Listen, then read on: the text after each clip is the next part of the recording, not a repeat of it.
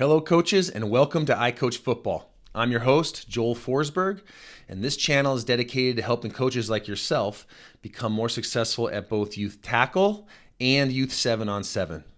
Today, I want to talk about a defense that I use for youth 7-on-7. This is a pass coverage defense. It can be used in 7-on-7, but you can also use it in tackle because we're talking primarily about the pass coverage. So if you want to implement this same defense in your pass coverage for tackle football, you can do that.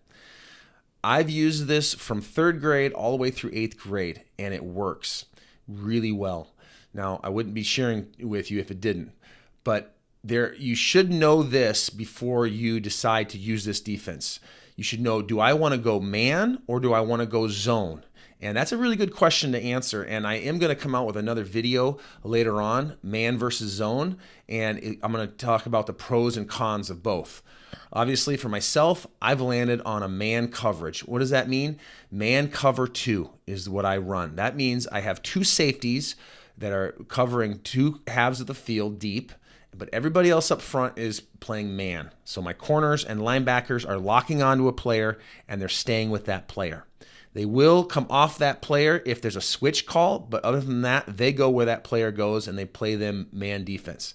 So let's jump in here. I'll talk about the nuances of how I play it, and you can apply that to yourself. Let's jump in and get to the chalkboard and take a look at it. Okay, coaches, let me describe here a little bit of the defense I've run for quite a few years.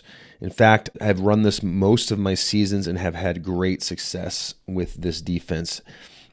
I like to run this man up front. So the first 5 guys, the corners and linebackers, are all man coverage. That means they're locking on with a given player, and my safeties are playing deep halves. So man cover 2. That this safety's on this half of the field, deep help.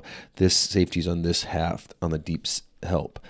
The safeties rule is never get beat deep. Always be deeper than the deepest guy. So don't ever try to jump up here if someone's going deep over here. Always be deep.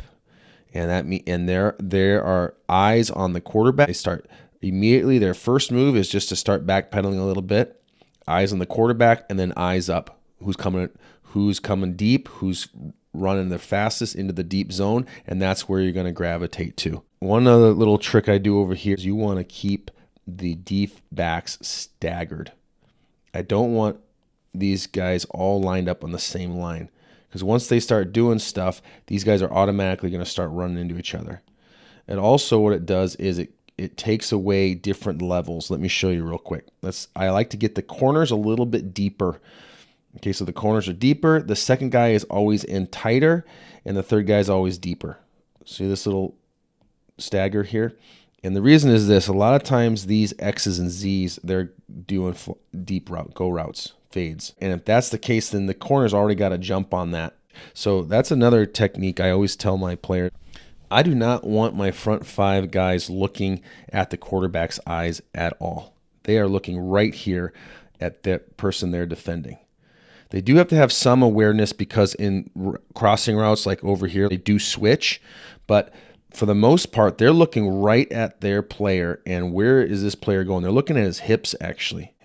If he's going to take an outside break, an inside break, is he slowing down to do a curl, or a comeback? So they're always looking at the hips of the guy they're guarding. This is the route combination over here. This guy's going to start backpedaling with his eyes on his guys. As soon as he sees those hips drop, he's going to come up underneath here and try to jump this route. That's a very difficult ball for this quarterback to hit. And so you're not getting too much separation when you're in man coverage. Over here, let's go to the other side here where the X and the F are. If you're playing man coverage, a good coach is going to want to do a lot of crossing rub routes to get you confused and get you one of these guys getting rubbed off in this crossing route. And that's exactly what I would do. If I saw you were playing man, I'd be doing some rub routes like this. You have to teach your players to be able to yell switch, switch, switch, or push, push, push. And basically what they're doing is they're coming here. As soon as these players turn and they look and they see another player with their defender coming straight toward them, they need to start yelling switch. And that means this guy's going to pick up him and this guy's going to pick up him. Okay, so now it just makes it so much more difficult for these guys to run a rub route on you or a crossing route because you're switching. In this scenario right here, like they can call a switch where he kind of drops off and he over here, but it really is up to the players on the site. And you practice this a lot. You do a lot of crossing routes. And you get these guys, so they're running with their player, but they have to have an awareness of somebody coming toward them as well. But they're definitely not looking back at the quarterback. They're always looking at their player and then through their player. If they're looking through their player, so beyond, what I mean by that is like if this guy's coming out here and going here, he's looking at his player and beyond. And if he sees another player coming from beyond, that's when he's going to start yelling switch. And that's when they're going to switch. But he's not looking back at the quarterback. I tell these guys, keep your eyes on your guy, look at him, and do not look back until he looks back. There's no reason whatsoever to look back until your guy looks back because he can't catch the ball unless he's looking back. And he's not ready to catch the ball until he's looking back. So he's telling you by his looking back when he's ready to catch the ball and when he knows he's supposed to get the ball. Sometimes if it's short yardage, what I'll do is I'll go to a cover one. I'll have the safety kind of in the middle of the field, and I'll move this guy down to like a robber position right here in the middle of the field.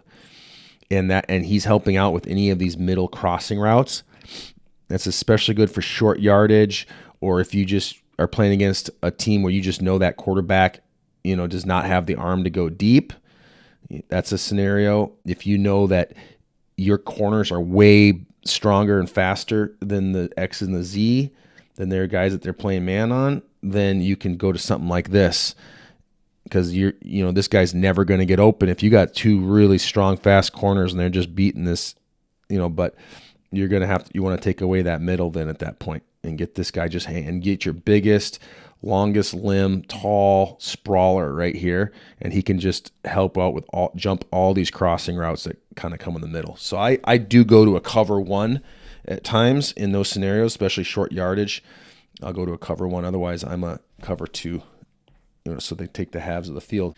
And that's the best way to run a man defense in 7-on-7. All right, that's basically it. That's how you run that defense. I hope that helps. Certainly try to explore a little bit more if you want to run a man versus a zone. But otherwise, thanks for watching, and I will see you later.